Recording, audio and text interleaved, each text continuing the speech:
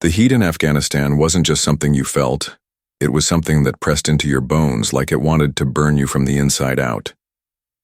For 9 months, that heat had been my constant companion, along with the endless grit of sand between my teeth, the metallic taste of dust in my mouth, and the knowledge that every step could be my last. Out there, you learned to walk with your head on a swivel, because the moment you let your guard down was the moment you didn't come home. Our days blurred together, patrols through villages where every doorway could hide a rifle, long hours under the baking sun, and nights broken by distant explosions that rattled the thin walls of our outpost. We didn't talk much about fear, not because we didn't feel it, but because acknowledging it made it real. Instead, we laughed at bad jokes, argued over coffee rations, and told stories about what we'd do when we got home. For me, that vision was simple. Walk through my front door, drop my duffel bag, and breathe the air of a place that was truly mine. It was late in the deployment when the message came. We'd just returned from a grueling patrol, hours in the open, eyes scanning for IEDs hidden under dirt that looked like any other patch of ground. My body ached, my skin felt raw from the sun, and I just wanted a few moments of quiet. I pulled off my helmet, wiped the sweat from my face, and checked the small satellite-linked phone we used to stay in touch with family. One new message. From my wife. It wasn't long, not even a full sentence. Just 5 words that didn't make sense. Don't come home. At first I thought it had to be some kind of misunderstanding. Maybe something had happened in our neighborhood.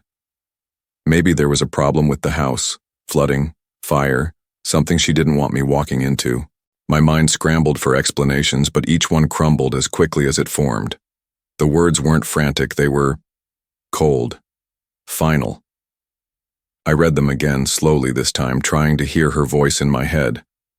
But it wasn't the voice I remembered from our calls before the mission.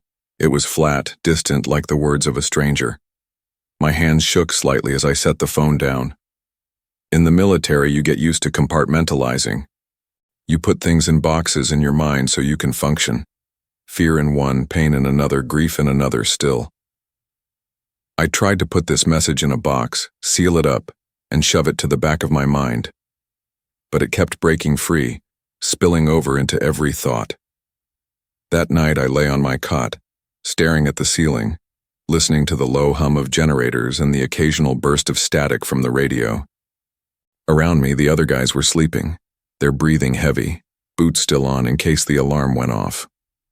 I thought about the home I'd left behind, the kitchen table where we'd had coffee every morning, the way she'd wait for me on the porch when I came back from training. Was any of it real, or had she been planning this for months? The days that followed were harder than any firefight. Out here, I could deal with bullets and explosions. I knew how to respond to those. But this was an enemy I couldn't see, couldn't confront, and couldn't predict. I went through the motions, cleaning my weapon, checking gear, running patrols, but my mind was thousands of miles away. I caught myself replaying the last time I'd seen her. The way she'd hugged me at the airport, tight but quick, almost like she was holding something back. I remembered her saying, "Just come back safe." But now those words twisted into something else. Had she already decided by then? Some of the guys noticed the change in me. Staff Sergeant Miller pulled me aside after a briefing and asked if I was all right. I gave him the same answer we all gave when we were falling apart. "I'm fine." He didn't press, but he gave me that look, the one that says he knew better. At night, I started avoiding the phone. I told myself it was because I was too tired or because there was nothing left to say. But the truth was, I didn't want to see another message from her. I didn't want to give her the chance to hurt me again while I was still thousands of miles away. Then, almost as suddenly as it had begun, the orders came in. My deployment was over. 9 months of heat, dust, and uncertainty were coming to an end. We packed our gear, handed over the outpost to the next unit, and boarded the transport planes that would carry us home. You'd think that moment would be pure joy, but for me, it was complicated. I was leaving a battlefield only to walk into another one I didn't understand, one I wasn't trained for. I stared out the window of the plane as the desert shrank beneath us, wondering what, exactly, was waiting for me back home, and whether I even wanted to face it. The flight home felt longer than the entire 9 months I'd spent in Afghanistan. Hours of darkness punctuated by the occasional patch of cloud lit by moonlight, the low drone of the engines a constant reminder that we were suspended between two worlds. Around me, some of the guys were already asleep, heads lolling against their gear. But I couldn't close my eyes. My body was exhausted, but my mind wouldn't stop replaying those 5 words. When we landed on U.S. soil, the first thing that hit me was the smell. After months of dust, diesel fumes, and the acrid smoke of burning trash pits, the air here felt unreal, clean, cool, almost sweet. I should have felt relief. Instead, I felt a kind of dread settle in my chest. Families crowded the arrival gate, holding signs, waving flags, crying and laughing all at once.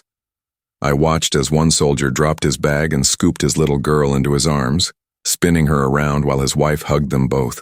Another guy was already kissing his wife before his boots hit the ground. I didn't see her in the crowd, and part of me was grateful for that. I wasn't ready to see her face. Not yet. Instead of heading straight home, I picked up a rental car and drove without a word to anyone.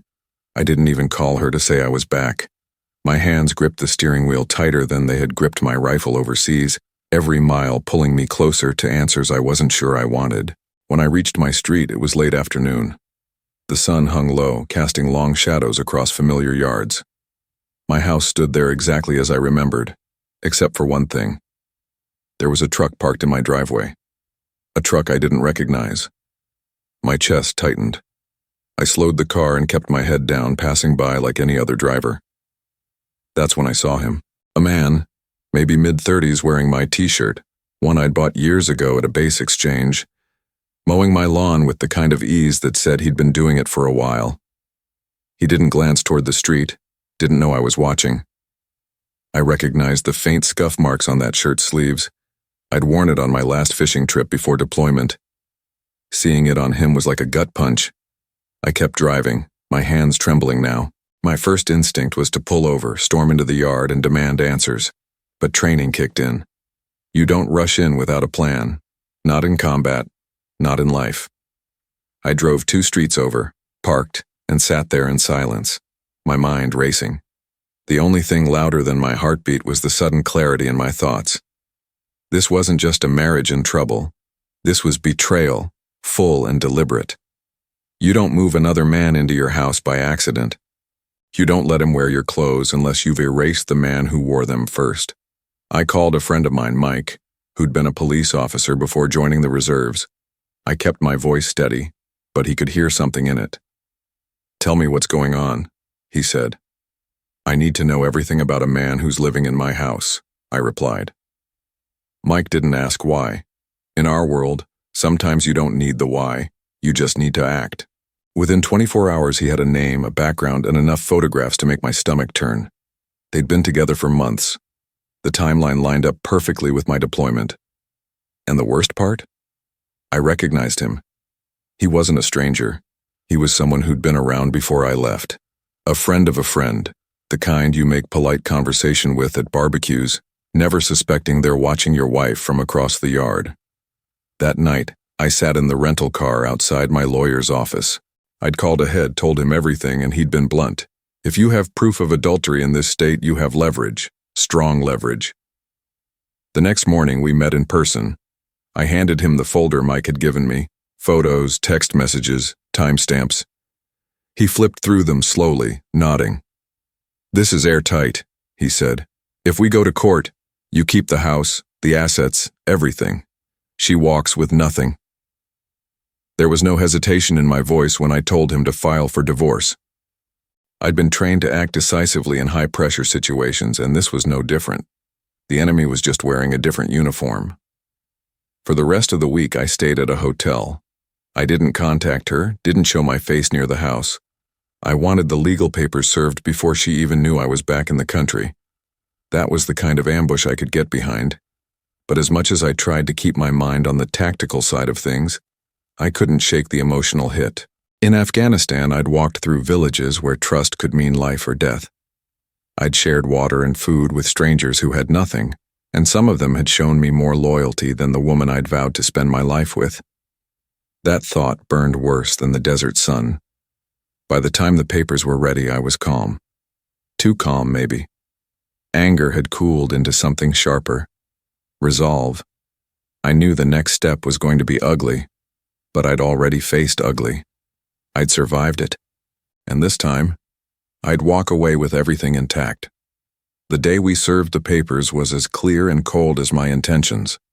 My lawyer had arranged for it to happen early in the morning, so she would be blindsided before the day even began. I didn't want her to have the chance to hide, to make calls, to prepare excuses. She had taken her time replacing me in my own home. I wanted her to feel what it was like to lose control in an instant. I stayed in my car a few blocks away, sipping bitter coffee from a paper cup, watching the clock. I knew the exact moment the knock came to the door because, even from that distance, I could picture it. The startled look, the hesitation before answering, the tightness in her voice as she realized it wasn't a neighbor but a process server. Papers in hand. Name announced, the legal equivalent of pulling the pin on a grenade. Later that day, my lawyer called. "They've contacted us. She's hired representation." His tone was flat, professional, but I could hear the undercurrent. This was moving fast.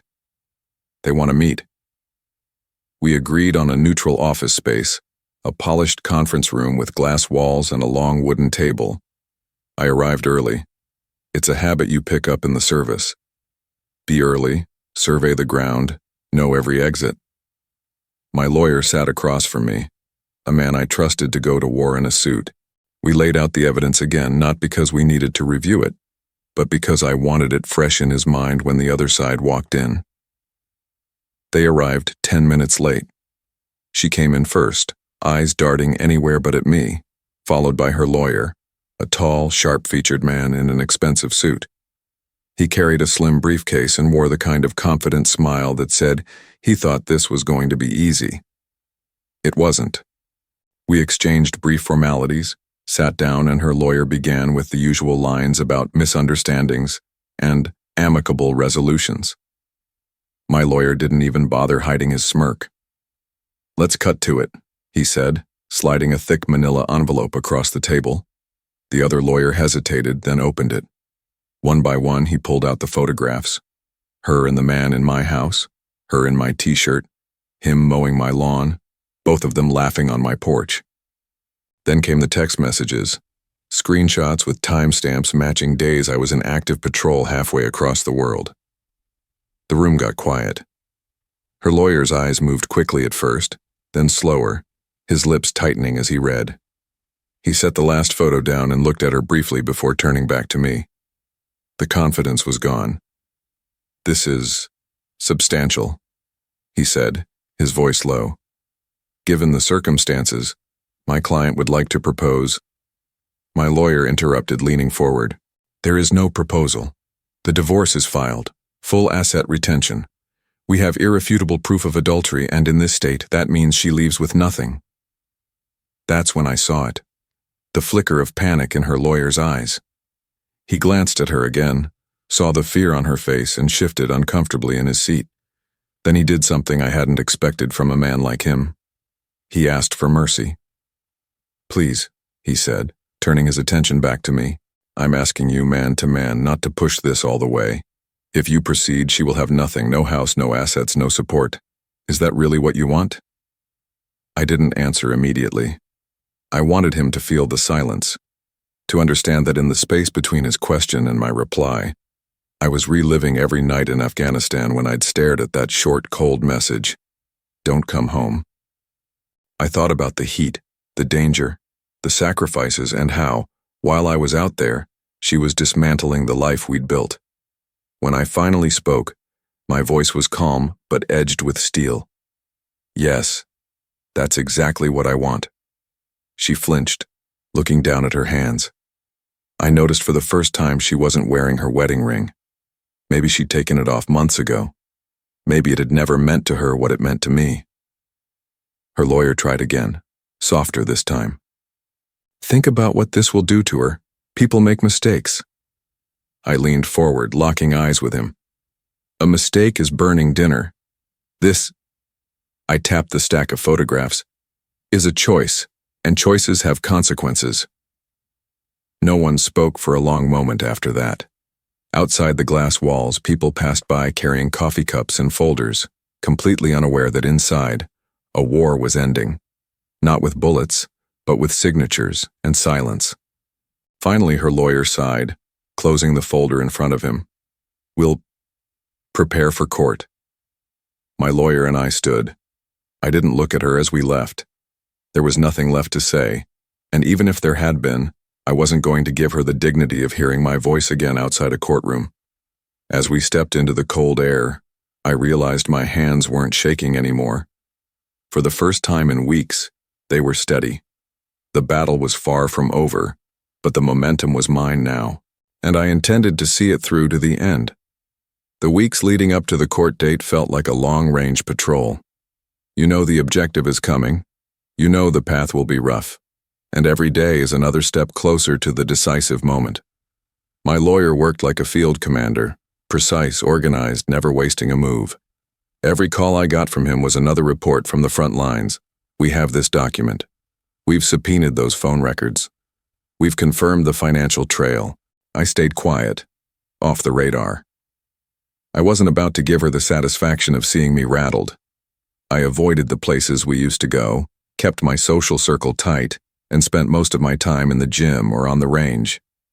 There's a strange comfort in repetition, in the slow, deliberate rhythm of loading magazines, in the controlled breathing before you pull the trigger. It kept my mind steady, my resolve sharp. Occasionally, I'd drive past the house, not close enough to be noticed, but close enough to see that truck still in my driveway. Sometimes the man was there, sometimes he wasn't. It didn't matter. In a way, I was almost grateful he existed. Without him, she might have hidden her betrayal better. Without him, I might not have had the proof I needed to take everything back. My lawyer prepped me for what to expect in court. They'll try to paint you as unreasonable, he warned. They'll talk about your absence, your deployments. They might even try to twist your service into a weapon against you, claiming you were never there for her, that the marriage was over long before. I nodded. Let them. I was doing my job. I was serving my country. If that's their argument, I'll stand by it. The day of the hearing arrived. I woke early, the way I had before missions. The same rituals came back without thought. Shower, shave, a breakfast I barely tasted. I chose my suit carefully. In the military, the uniform tells your story before you open your mouth. In civilian life, you have to build that impression yourself. I wanted the judge to see a man who was composed, disciplined, and absolutely unshaken. When I walked into the courthouse, she was already there. She looked smaller somehow, not physically, but in presence. The man, her man, was nowhere to be seen. Her lawyer gave me a curt nod, but the confidence I'd seen in our first meeting was gone. My lawyer sat beside me, papers neatly stacked, tabs marking every piece of evidence. The session began, and as predicted, they tried to spin the story. Her lawyer talked about the strain of deployment, about emotional distance, and miscommunication.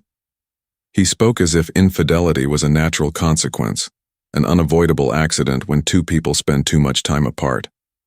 Then my lawyer stood. His voice was calm even, but every word landed like a hammer.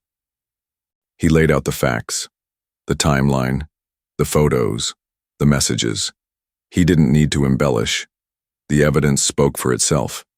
Every piece was a direct hit, leaving no room for doubt. When he was done, the courtroom was silent. The judge looked from me to her, then back again. Finally, she spoke, her voice clear and firm. Given the overwhelming evidence presented, and in accordance with state law, the court finds in favor of the petitioner. All marital assets, including the primary residence, will be awarded solely to him. No spousal support will be granted. It was over in less than 20 minutes. I didn't look at her as we stood to leave. I didn't need to. I could feel the weight of her loss in the air behind me. As we stepped into the hallway, her lawyer caught up to us. For the second time, he lowered his voice and asked, almost in a whisper, "Are you sure there's nothing you'll give her? Not even a small settlement?" I stopped, turned, and met his gaze. I gave her 9 years of loyalty. She gave me 5 words. "Don't come home. We're done here." He nodded once, almost like a salute, and walked away. Outside, the air felt cold against my face, but it was the kind of cold that wakes you up, that makes you feel alive. I stood there for a moment, taking it in. No cheering crowd, no parade, just a quiet victory, one I'd fought for without firing a single round. On the drive away from the courthouse, I didn't feel triumph exactly. It was more like release. The kind you get when you finally take off a pack that's been digging into your shoulders for miles. I'd carried the weight of betrayal, anger, and uncertainty for months. Now it was gone. When I got back to my house that afternoon, the truck was gone. The driveway was empty, the lawn uncut. The silence inside was heavy, but it was mine. I walked through each room, touching the walls, the counters, the furniture, like taking inventory after a battle. Everything was still here, and now it was all mine again. That night, I slept in my own bed for the first time in nearly a year. The desert heat was a memory now, replaced by the cool darkness of a home reclaimed. And for the first time since that message arrived in Afghanistan, I closed my eyes without wondering what awaited me when I woke up. The first few mornings after the court ruling felt strange. For 9 months overseas, I'd woken to the crackle of the radio, the thud of boots on dirt, and the ever-present smell of dust and gun oil. Now I woke to silence broken only by the hum of my refrigerator and the faint chirp of birds outside. It should have been peaceful, and in a way it was. But there was still an emptiness, a space in my mind where the noise of war and the chaos of betrayal had once lived. I didn't rush to fill it. I knew better than to patch over a wound before it had time to breathe. I took each day slow, made coffee in the kitchen I'd fought to keep, sat at the same table where she once sat across from me. The memories were there, but they didn't sting the way they used to. They were just echoes. Friends from my unit started dropping by when they heard I was back. At first, I kept the details of what happened to myself. Out there, in our world, we all had our own battles waiting for us at home. Broken relationships, lost time with kids, the quiet disconnect that comes from living in 2 different worlds. But word gets around, and before long they knew the broad strokes. A few shook their heads, some cursed under their breath, but every one of them understood the part I couldn't put into words. The feeling of being replaced, not just as a husband, but as a man. I went back to the gym more regularly, this time not just to burn off anger, but to rebuild discipline. The iron didn't lie. It told you exactly where you stood, what you could handle, and where you needed to push harder. Some days I'd catch myself staring at the wall between sets thinking about those 5 words again. Don't come home. I realized they weren't a command anymore. They were a reminder of how far I'd come since reading them under that sweltering Afghan sun. About a month later, I ran into her lawyer at the grocery store. He spotted me in the aisle, hesitated for a second, then walked over. "I just wanted to say..." He paused, searching for words. "Most people in your position would have made the same call. She's not doing well." I looked at him for a moment, weighing whether to say anything. In the end, I kept it short. She made her choices. So did I. I turned back to the shelf, and he walked away without another word. The seasons shifted. The heat of summer gave way to the crisp bite of fall. I started fixing up the house, small things first, like repainting the porch, replacing old fixtures, making it mine again in every way. I cleared out the last of her things one weekend, not with bitterness but with a kind of finality. Each empty drawer and cleared shelf felt like another step toward closing a chapter. One night, sitting on the porch with a glass of bourbon, I thought about the battles I'd fought in 2 very different arenas. Overseas, you fight for survival, for your brothers, for the mission. At home, you fight for your dignity, your future, and sometimes for your very sense of self. The tactics are different, but the cost is the same. You give pieces of yourself in every fight and you don't always get them back.